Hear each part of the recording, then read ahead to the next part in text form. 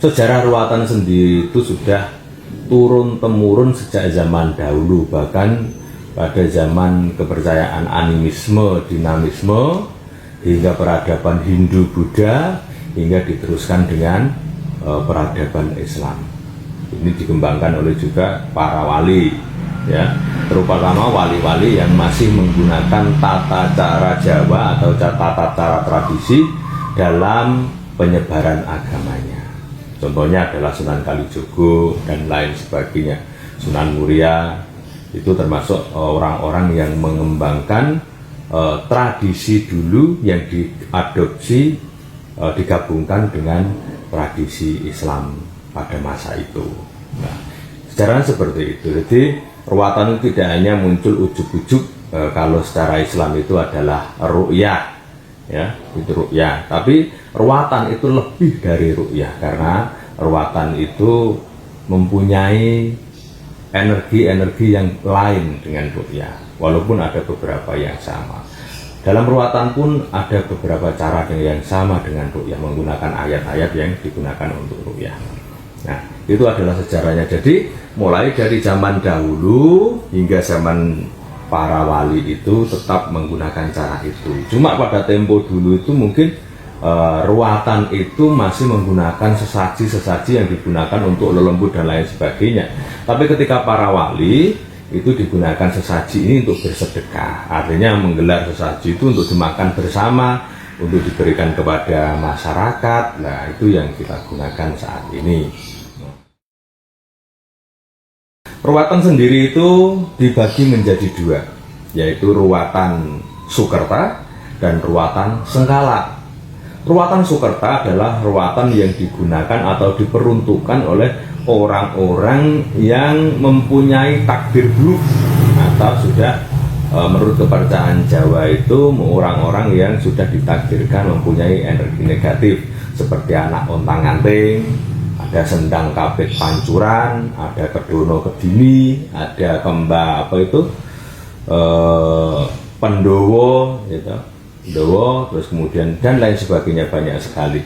Itu sudah ditakdirkan demikian. Misalnya anak ontang-anting yang sudah dari Tuhan seperti itu, ya, mempunyai saudara 5, misalnya pendowo, dari Tuhan pun sudah demikian. Ya, itu karena takdir Tuhan, itu dipercayai mengandung Sengkala. Itu disebut Sukerta. Yang kedua adalah Sengkala, ruatan Sengkala. Ruatan Sengkala ini digunakan oleh orang-orang, diperuntukkan orang-orang yang terkena energi buruk disebabkan dari 4 hal, yaitu karma pribadi, doa buruk orang lain, gangguan lembut, dan janji atau nadar yang lupa. Nah, ini seperti itu. Jadi ruatan itu memang difungsikan berbeda. Kalau ruatan Sukerta itu digunakan ritualnya menggunakan media wayang dan ubur ambe sesajinya. Tapi kalau ruatan Sengkala itu tidak menggunakan pertunjukan wayang kulit, hanya sekedar selamatan, dan ada beberapa ubur ambe yang digunakan. Nah, seperti itu.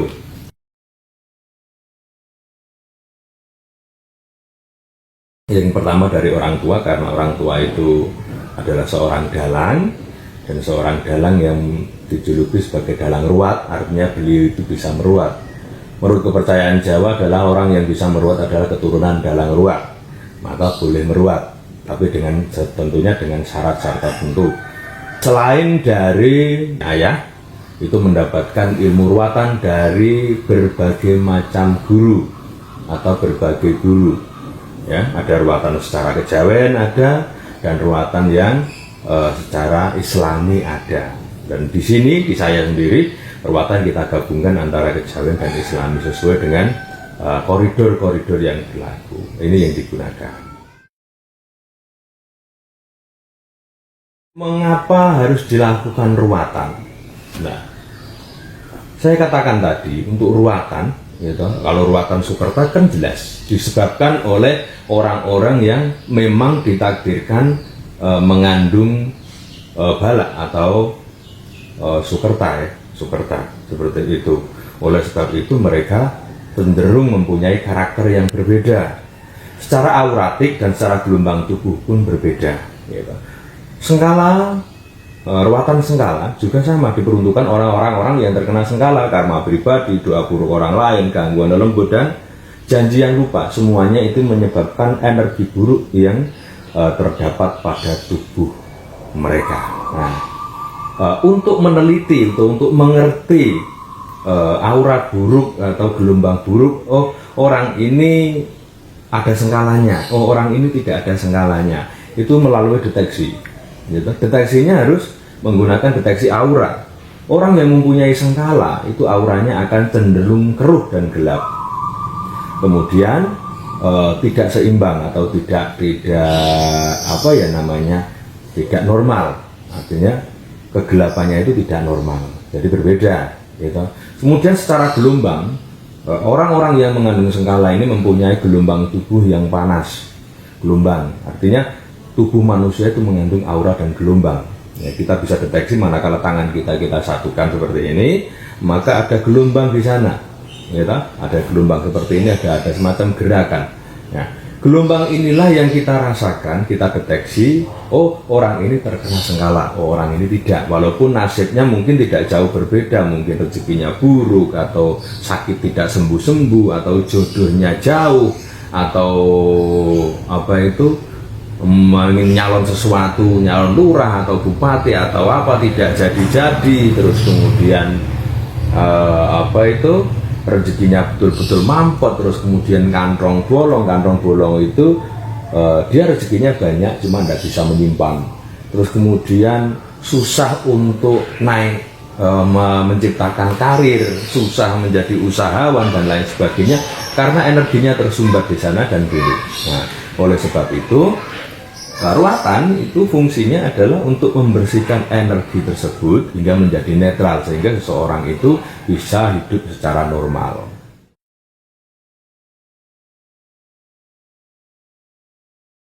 Ruatan itu memerlukan syarat, karena bentuk ritual apapun itu hanya kapasitasnya 1%. 99% adalah akal dan budi manusia. Tidak ubahnya dengan kita melakukan sholat atau wirid atau amalan apapun, itu kapasitasnya hanya 1%.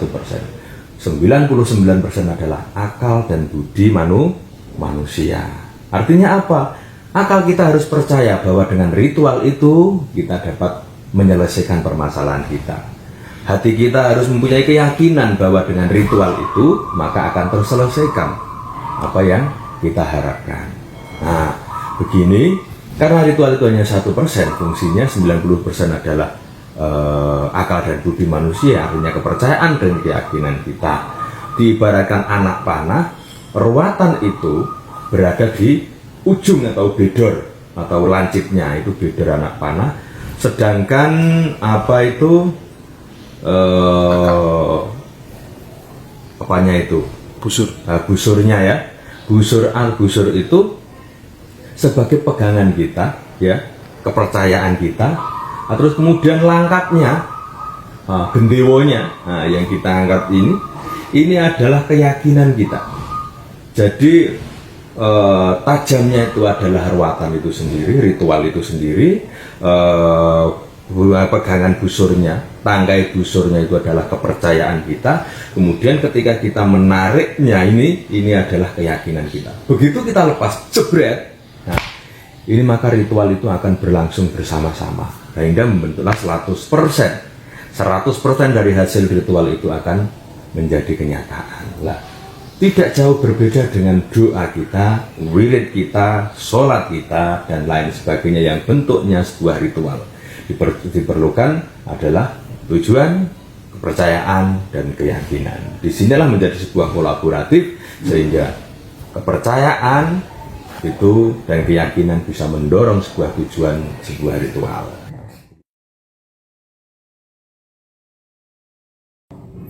Bagi seseorang awam mungkin akan bertanya-tanya bagaimana sih melakukan ruatan, bagaimana sih kita mengetahui bahwa di dalam diri kita itu ada energi buruk yang harus dilepaskan. Nah, pertama-tama memang mau tidak mau, kalau secara sains itu ada fotografi Kirlian, yaitu foto yang mencetak atau memotret sebuah aura yang muncul pada tubuh manusia. Kemudian secara gelombang tubuh juga ada pendeteksinya secara saintifik. Nah, tapi kalau itu kesulitan, maka harus mencari orang-orang yang betul-betul tahu tentang auratik, ya, karena tidak semua mata manusia itu peka. Diperlukan orang-orang yang memang betul-betul peka dalam melihat aura. Nah, yang kedua adalah mengerti tentang gelombang tubuh. Artinya tubuh manusia itu ada 7 cakra, dan semuanya itu ketika perputaran aktif, maka tubuh kita akan bergelombang. Nah, di dalam gelombang itu harus dideteksi, dan orang yang mendeteksi pun harus betul tahu bahwa oh, ini adalah gelombangnya tidak normal, oh ini mengandung sengkala, oh ini tidak. Nah, ketika sudah diketahui tentang gelombang atau aura yang terdapat pada tubuh manusia, maka hasil tersebut akan menentukan oh, ini betul-betul ada sengkala atau ada sukerta yang terdapat pada tubuh manusia. Nah, oleh sebab itu setelah itu harus dibersihkan. Pembersihannya juga kepada orang-orang yang bisa atau tahu tentang ilmu ruwatan, karena tidak semua orang juga tahu. Banyak orang yang punya ilmu ruwatan tapi secara regeneratif, artinya keilmuannya tidak sesuai dengan nasabnya. Nah, itu kadang kan berbeda. Pokoknya orang yang meruat itu punya ilmu ruwat, betul ilmu ruwat. Cuma di sini ada penandasan bahwa orang-orang yang bisa meruat itu adalah ras atau keturunan dalang yang dari Sangga Buwana atau dalang Soponyono. Nah, di sini bukan berarti keturunan darahnya tidak, tapi turas keilmuannya yang manjing ke sana.